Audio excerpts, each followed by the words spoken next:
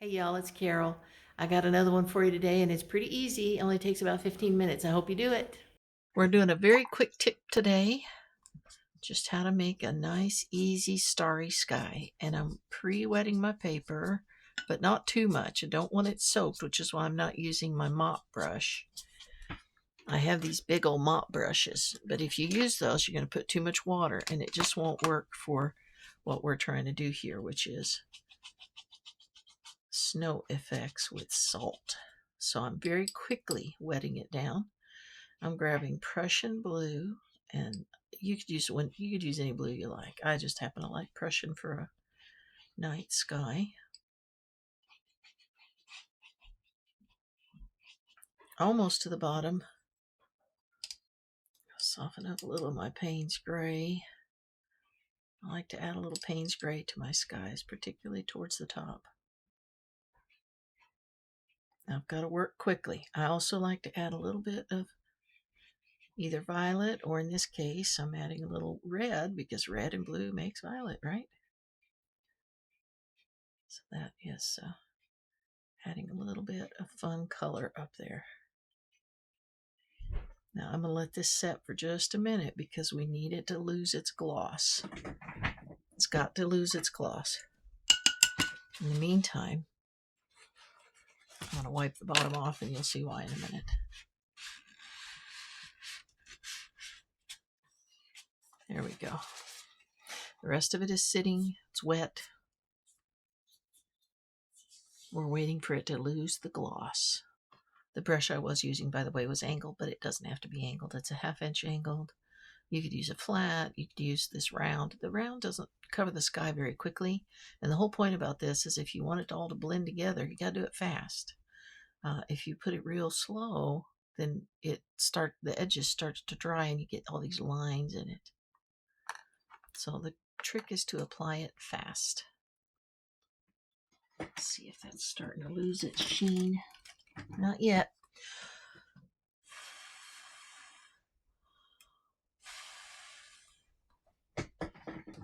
The other trick is to apply the liquid very evenly, and you'll know why in a second.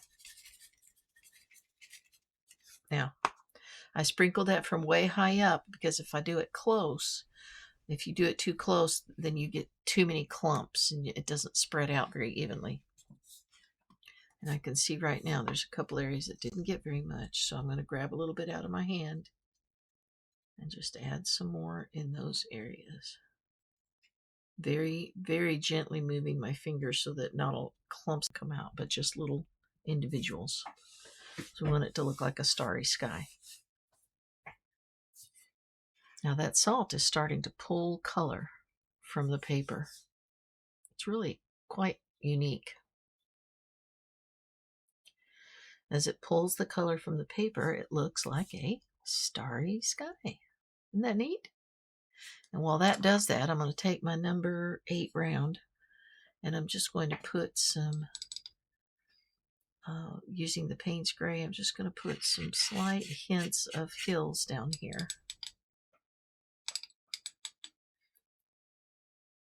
Maybe just a little shadow from the hill. Looks like my brush is a little too dry.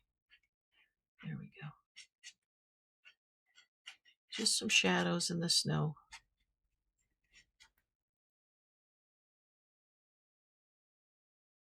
A little deeper every now and then. Sometimes if you lay your brush on its side, see how it does that? Gives you some nice sharp edges along with some soft edges. I like doing that, especially in snow. See how our stars are appearing? Down here, this corner evidently was a little bit drier, and so you can see that this side is pulling more than that side. The trick is that balance between starting to lose the sheen but not being dry, meaning it has no sheen at all. If it's dry, you're not going to get this. It'll only be in the little spots that are damp. It'll pull, but otherwise it won't. Now this will continue to pull for a while. If you want to stop it because you like it, you could blow dry it right here. But since I'm okay with what it's doing, I'm just going to grab a little bit of all my colors that I've been using along with a little bit of perylene green and put in some, that's a little too dark. Put in some misty woods back here. We need a smaller brush so we can make that look more like trees.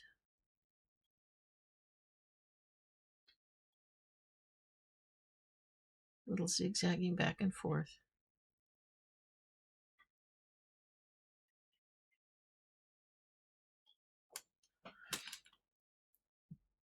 Put a little darker color towards some little areas if you want.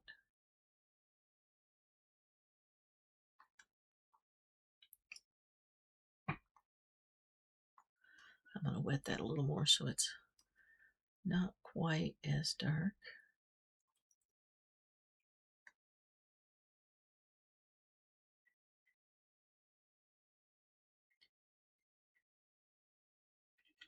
I want to get the color on first so I won't have lines, and then I can go back and do my designs that make it look more like pine trees, right? Going zigzagging back and forth with my brush, but I wanted to apply the color first so that it would be even.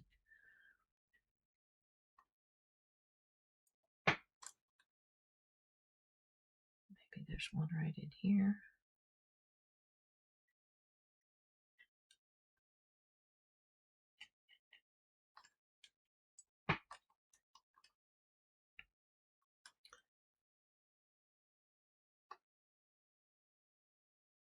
Because my background is a little bit wet still.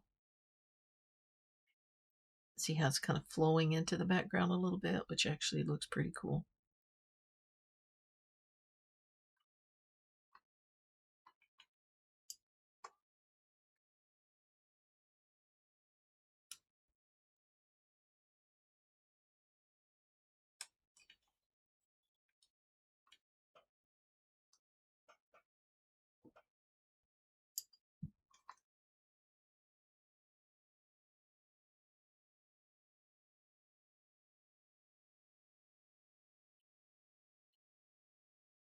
He's further forward, so he should be a little darker.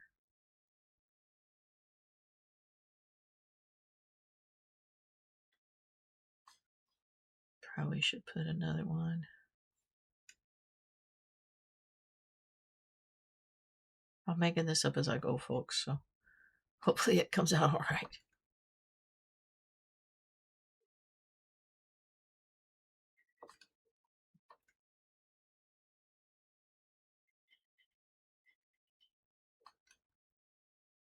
Sometimes composition is elusive. And you look at something and you're like, I need to fix it. Composition is simply the way that it's laid out in order to attract the viewer and draw them in. And sometimes it's successful and sometimes it's not.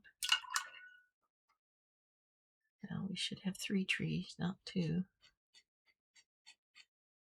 So I probably should put maybe a 3rd one right over here and we'll be done. Our salt is still working. That's okay. This guy's going to be a little bit bigger.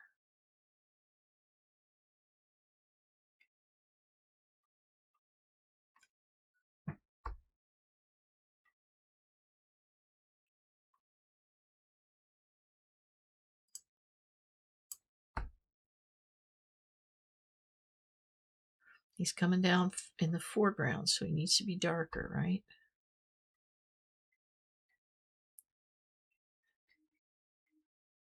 I'm not really, you can see I'm really just kind of wiggling my brush, but because it's small, I can get away with that. If this was a bigger picture, it wouldn't work. A little darker.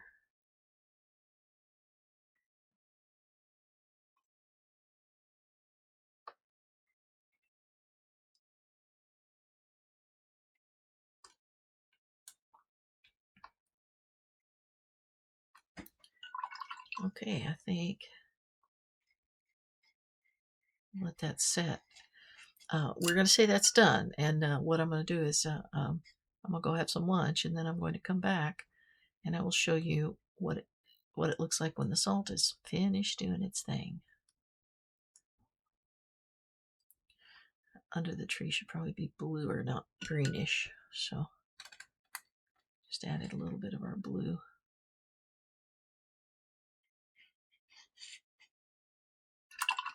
There. Now we'll let that sky keep working and we'll check back in a bit. There, now isn't that lovely? That was easy, quick, and the stars were all created by salt. Just plain old table salt. Nothing fancy about it. Don't forget to check out the paintingtogether.com website for lessons and tutorials, and also carolrobinking.com, where I have in the store my prepared kits with everything included for acrylics, including a really fun Christmas one. Check it out. See you tomorrow.